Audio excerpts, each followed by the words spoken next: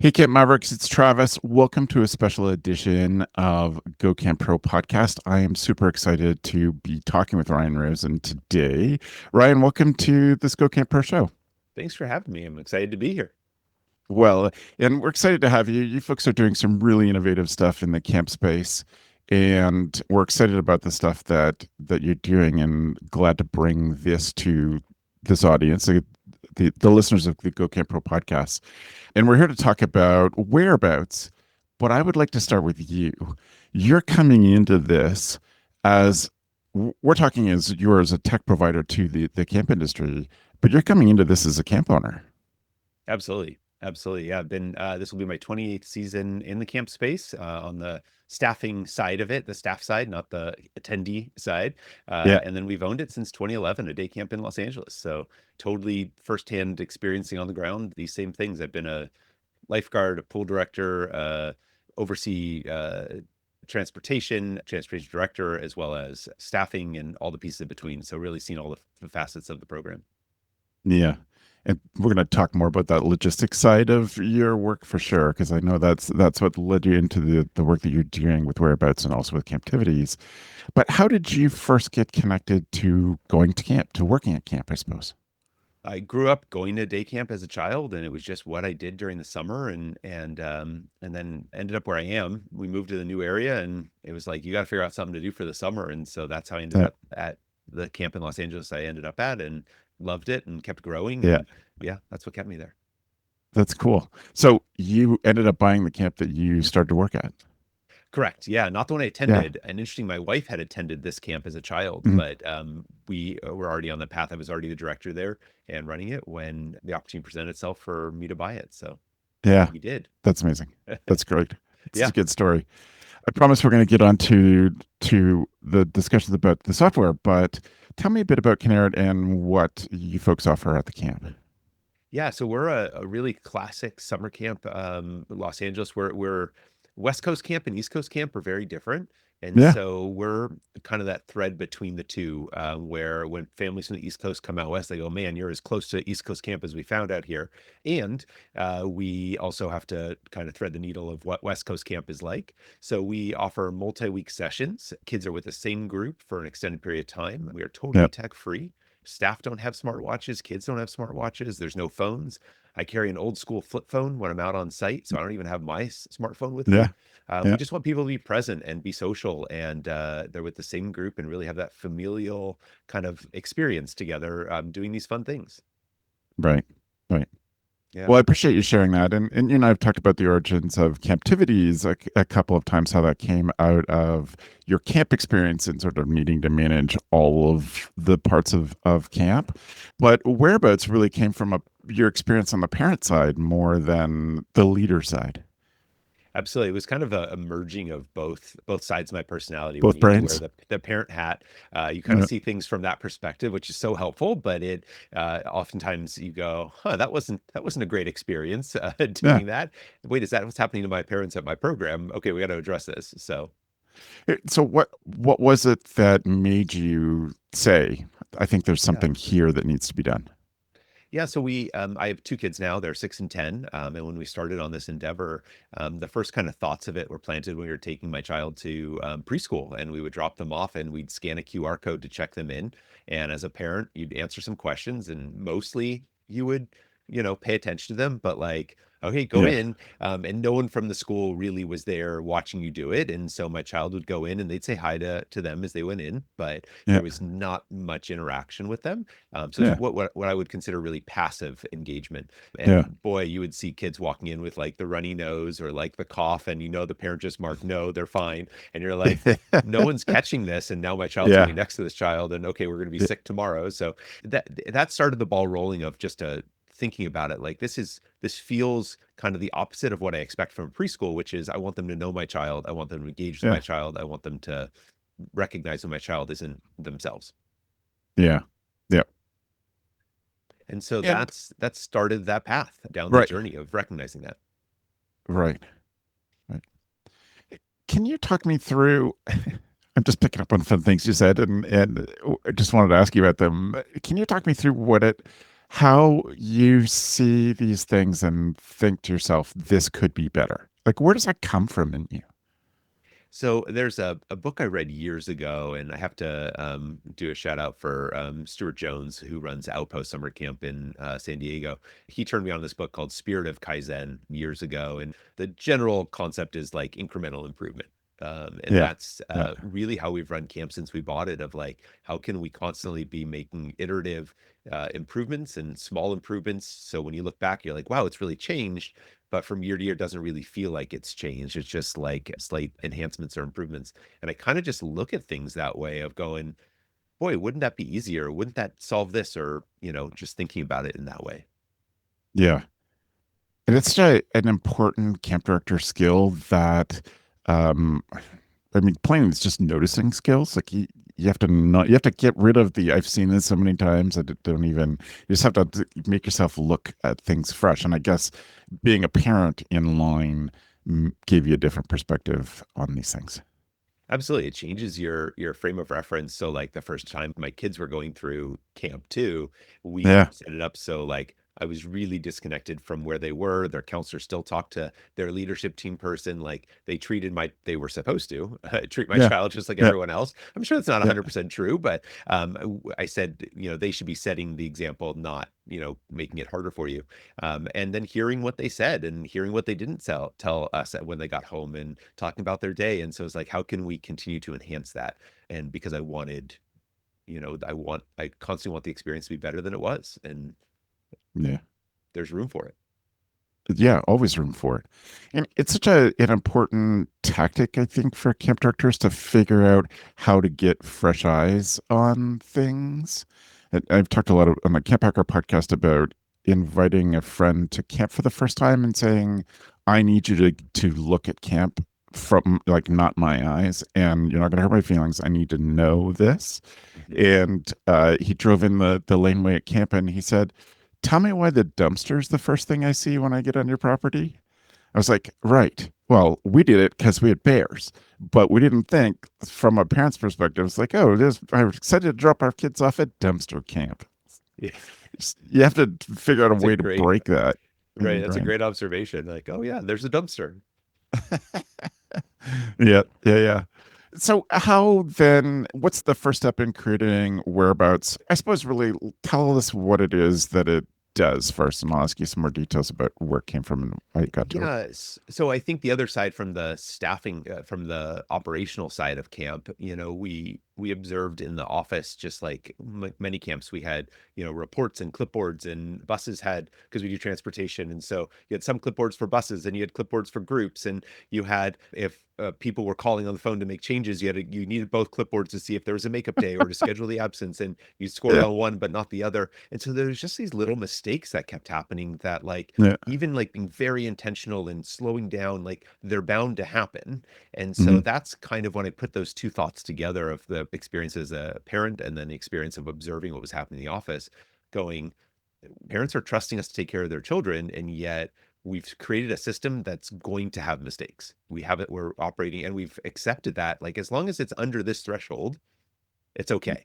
And you're Yeah, like, what, why? So yeah, that's where my brain started spinning of like, is there a way to do this? So the idea of whereabouts really started on that attendance side of it. But then it was yeah. kind of exploring what else was out there and finding that like some things that I thought were really important to us to know that the kids are where they're supposed to be weren't built in, or parents still had to call. And so it was only checking a couple of the boxes, but not all the boxes. And that's where we started with whereabouts, going, huh, can we check more boxes by creating our own thing?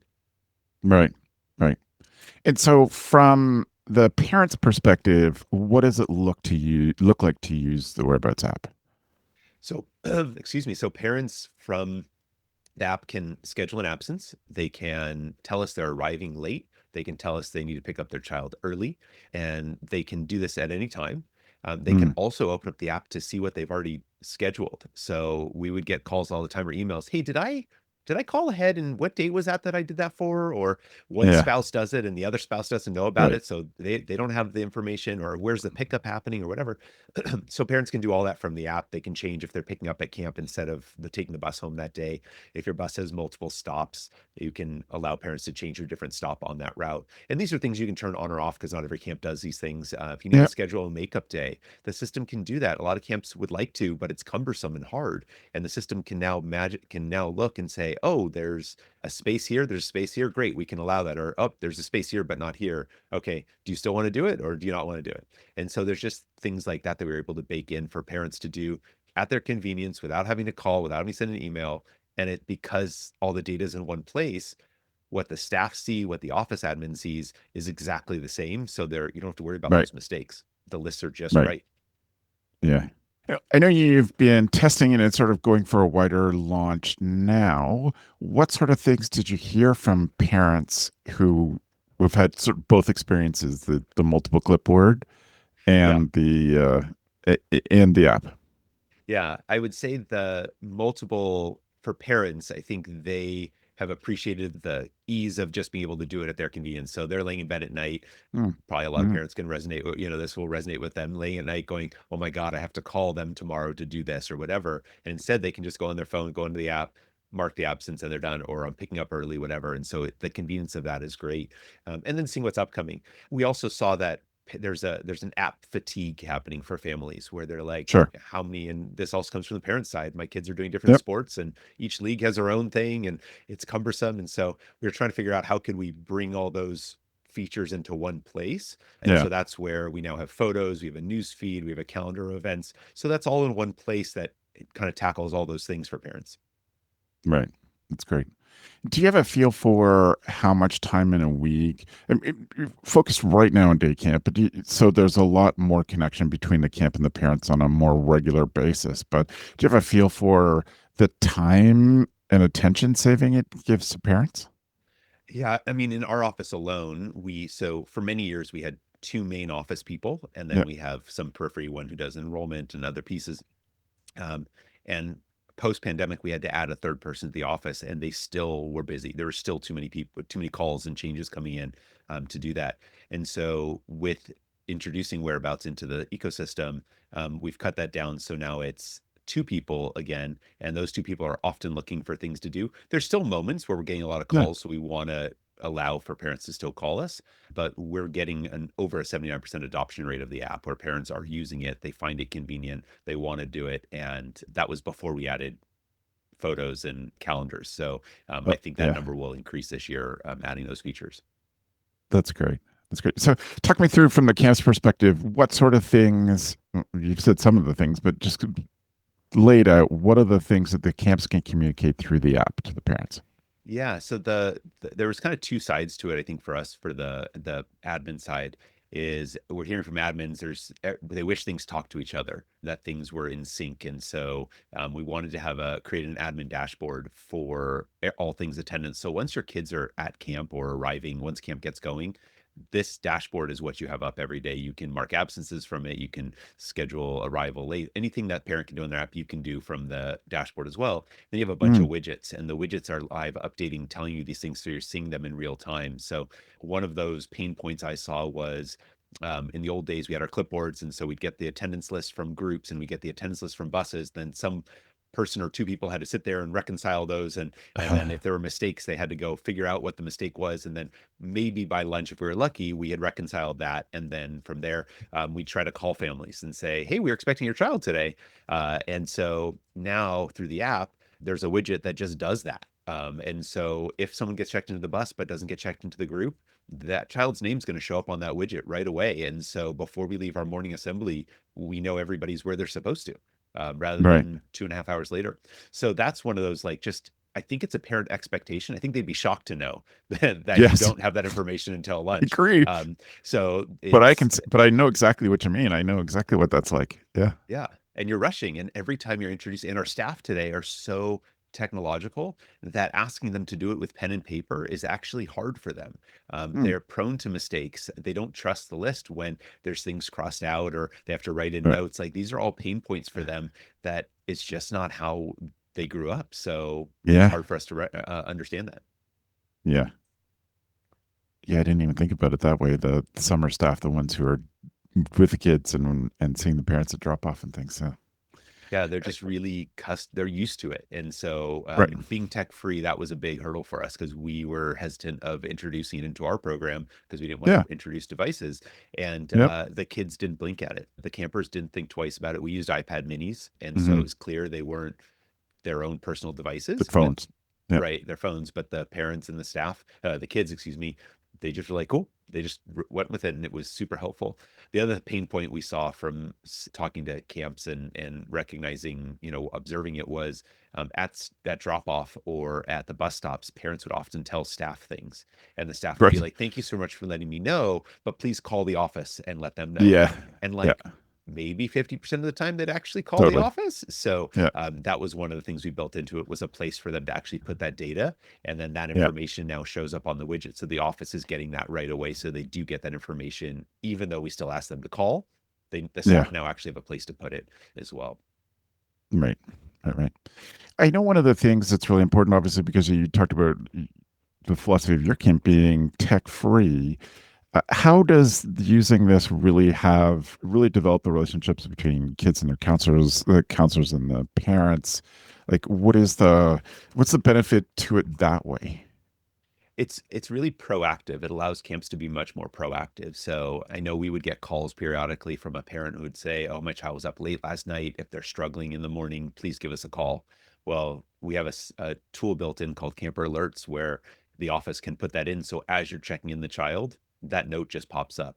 Or if it's their birthday, there's going to be a balloon next to their name. So as you're checking in the child, you see right away at the bus stop that morning it's their birthday, and you can wish them happy birthday. Happy birthday. um, Great. just little things that are touch points proactively for the camper to feel more connected, and not just like it's a passive. So we call it human powered because we tried to integrate the camp experience, as I think most camps operate, with also bringing this technology in a comfortable way.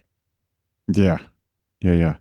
And how hard has it been for the camps to get into the mindset of whereabouts and just really to get going with it? We've shown it to several camps now who are really ecstatic about it, and it feels like it's checked a lot of boxes that they were looking for. I think many of them are at the point of, I just want the systems to talk to each other. So the idea that this one app can do all those things for parents is Yeah. nice, and it also gives them a place to see it in the office, and for Yeah. staff to use, it's easy. It kind of checks really big boxes and is convenient. So it's been really good feedback. Right. That's great. All of us in the industry, deal with parents and their concerns all of the time. One of the biggest concerns for parents, I think, certainly around our friends, is around their kids' data and safety online. How have you built it so that that stuff's looked after? And you've been really intentional about that, I know, but can you describe that? Yeah, I mean, so we're following all the standard protocols. We're Microsoft cloud-based, Azure-based, and so they have, going with a large house like that, they have some data protection tools just automatically built in. Yeah. And so we're following industry standards and the best practices when it comes to camper name safety and data safety. But we're also not storing the same kinds of things that like registration systems store. So who's picking up your child, you can tell us that, and that all gets imported from your registration software. And hopefully one day, if they have APIs, it'll talk to it via API. But for now, it's just an import. And so you can pick what you want as a camp. You can choose what information you want to bring into the system and what you need and what you don't. Right. All right. Yeah. And what sets of registration software are you working with now, and what are you working on? So Camp Brain has created a report that we've used for this. Camp Minder is aware of it and willing to do the same for those camps that want to use it as well. And we're working with Campsite to make that an option for them as well. And with the camps that are on board already, we'll hit all those this season using it. So the report is great, and hopefully we'll get to do the API side soon. A lot of camps who are using Camp Minder aren't necessarily on the tier that have an API, so they Yeah. can't necessarily use that yet as well. And then some of the software have APIs or are on the cusp of it, but don't necessarily have webhooks or the necessary tools that need to happen for it to work well. So we're waiting for some of those to get developed. Right. Right, right. But you've built it from the very beginning so that when that stuff's available, you can just plug it in. Correct. Ready Yeah. to go. Yeah, we're calling it API ready, but it's really that we're just waiting on them to have the On tools to be able your to do API that. ready. Yeah, and we've initially this came out of all those pieces, and then tying it to captivities for camps who do camper scheduling, and Hmm. that's a feature that we'll be implementing for next season for 2027. That season that you can do that. So if you do camper scheduling, you can do attendance in the office and know what's happening at all the activities very quickly and easily. And that would also provide the people taking attendance some really basic medication stuff. So if your child has an EpiPen, there'll be an Epi symbol right there. So that way they know, oh, this child has an EpiPen. They may not necessarily know all the details of why, but Sure. they at least know that they have that. Because I think American Camp Association accreditation requires counselors to review health forms. But if you have specialists leading activities, they haven't necessarily reviewed health forms. So this would be a way for them to know those really high level that there's a medical need here or a risk here to be mindful of. Right. That's great. And what sort of stuff do you hope to, or you're working on including in future versions as you keep developing it? That's the great part is same with what we did with Camptivities is we really Yeah. want to hear from our customers what features they would like to have, what things are missing, or how they'd like to add things. We started Camptivities, we had 5 reports. We're now up to 81 reports because Yeah. camps have said, oh, we'd like to see this data or see it this way. Or Yeah. and much is the same. Talking with one camp, they made a suggestion for whereabouts already that we're like, oh, that's interesting. And that was tied around a staff person, a child having a cut or scrape, and kind of Mm. health form logging tool that's within it. Oh, yeah. Because within whereabouts, there's also a communication tool, and that Yeah. was an important piece. And so you tie those two pieces together, and I can send a message to the family like, hey, your child visited the health center today and XYZ happened.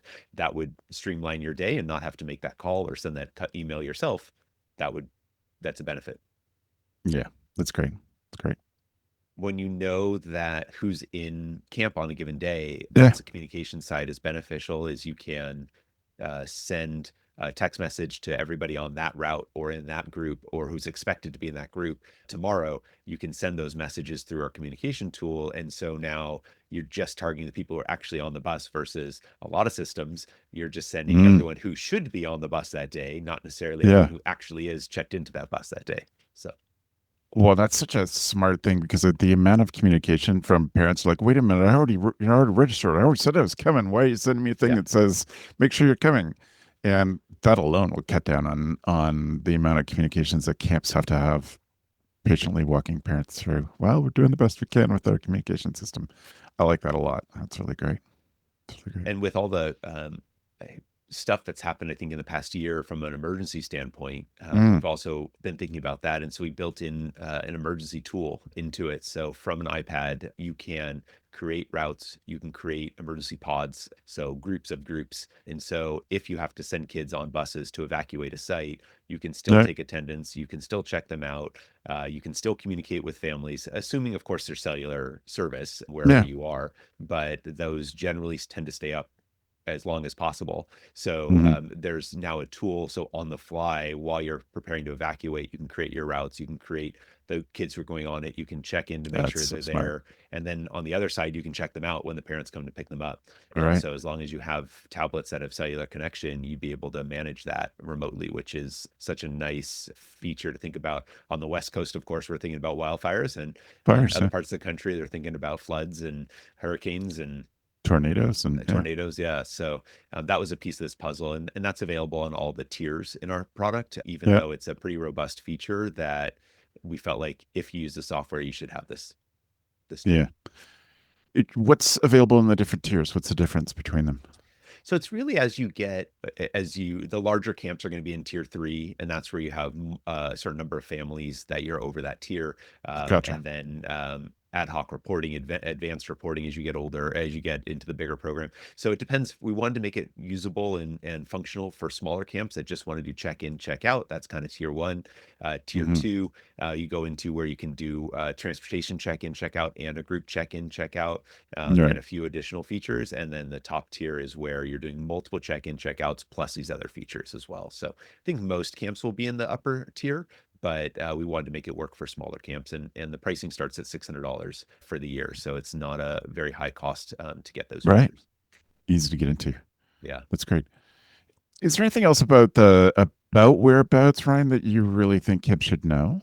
Just that we've really tried to think about how you operate and how camps operate and what are the Hmm. kinds of things that you would like to have. I feel like oftentimes being in the camp space, we see technology that um, is not someone who's in the camp space. So it doesn't really Yes, solve the problem we're exactly. trying to solve, or it solves it in a Yeah, weird way. I was just talking yeah, to someone the other day who said, yeah, we helped someone create this. And then when we got it, we didn't even work for us anymore. And you're like, right. and that comes up develop on our side all the time because our development team isn't a camp aren't camp people necessarily, Mhm. but us who are designing it are camp people, and so we have a strong communication. So we sometimes will say, yes, we understand that that's not that's an illogical way to program it, and we still have to do it that way, and here's It why. has to be And that they way. go, okay, we'll do that. So I think that's a big piece of it is we've really tried to think about how camps need to use it, what they needed to do, how what parents are thinking about, and then tried to build that into the software. Yeah.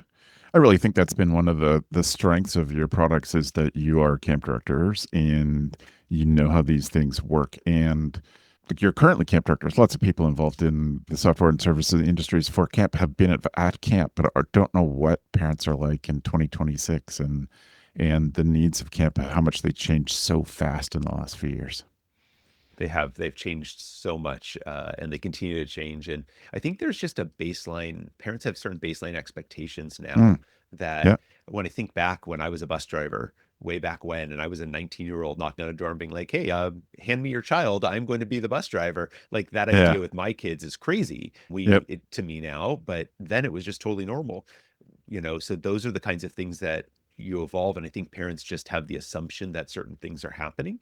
And I think like not knowing where everybody is until lunchtime would be one of those things that parents would go, wait, what? Yeah. What do you mean? It- So, and that's, I think, pretty standard if camps even get to that reconciliation piece, which I don't know that everybody does. Same with calling. So, our system, if you're expected at camp that day and you don't show up, you're going to get a text message that says, "Hey, we're expecting your camper today." And the camper's name, of course, would be there. Just hope yeah. everything's okay. Please use the app or give us a call. Let us know what's going on today. And Right. really trying to have those touch points so we are aware in case of emergency exactly who's on site, where they are, and be prepared. Yeah. That's perfect. That's great. I wonder, Ryan, just from again from your perspective, both sides of your brain, Mhm. if outside of the app, if there is advice you would have for camp directors to develop those noticing skills and think about how things could be improved. It's funny. I have this conversation with our leadership team every year when we talk about, when you're in it for so long, you kind of accept the premise that this Mhm. is the way Yeah. it's supposed to be. Something as simple as like, where do you hand out t-shirts? And Yeah. like your t-shirt handout could be happening here. And you go, well, why are we doing it there? And you find out that years ago, the t-shirts used to be stored right next to that, but now they've moved way over there. And we just never Yeah. moved where we did t-shirts because this is where we've done t-shirts. So I think Yeah. kind of questioning those things that you do that are just kind of seen as not necessarily tradition, because I think that falls in a different category, but like Yeah. just Yeah. operating procedure things that you do and ask the question, why? Is that really helping us achieve our goal? Is that a remnant of something we did? Or did we get here because we had to? And now do we still need to? I think Yeah. that's the question you got to keep asking. Right. Has to be top of mind all the time and reinforce it with your staff as well. Like we need you to look at these things critically and think it through. Right. Yeah. Yeah. Keep asking But why. sure. Yeah. Absolutely. Absolutely. And that's Beth and I made a practice of bringing in senior staff members who are completely new to camp every summer and Mhm. deputize them. Like, don't Right. be afraid to ask us why. Like, we need to make sure. So that's a great intention to set with your whole staff. Yeah. Is make sure we're doing this for at least our reason, if even if it's not the right reason, but we have a reason to do it. Okay. Yeah. Yeah. And I think the idea, like drop off and pick up for day camp or overnight camp, both of them are just the most stressful days for parents. And camps, I think we get used to them partway through the season, and it's just like, okay, we got to flow. But it's such a stressful moment, and we have to remember that for a lot of families, it's their first drop off day, and Mhm. they need a little extra. And the ability to pull yourself back and either sneak through the line yourself without having your director shirt on, or just some sort of observation skills in those moments where parents are the most stressed is such a good talent to develop as a camp director. Absolutely. That seeing it as a parent is so fantastic. And when my kids first started, even though my wife and I are both at camp every day, Yeah, we still took them over to a bus stop for them to get on the bus. And we had that experience of being that bus parent and what it was like and all those yeah, things. And while we have all this knowledge because we did the planning, yeah, experiencing it on the other side is eye opening. It's helpful to see that as well. And just constantly, I think I go back to if you don't know your mission at your camp, I think right, that's an important piece. Does this help support that? And so if we want to foster a caring, nurturing environment, does every step of the process support that idea and help facilitate that? And if it doesn't, let's try to figure out how we can do that more effectively or better than we're currently doing it. yeah, that's great. Ryan, how can people find out about whereabouts and get book a demo with you?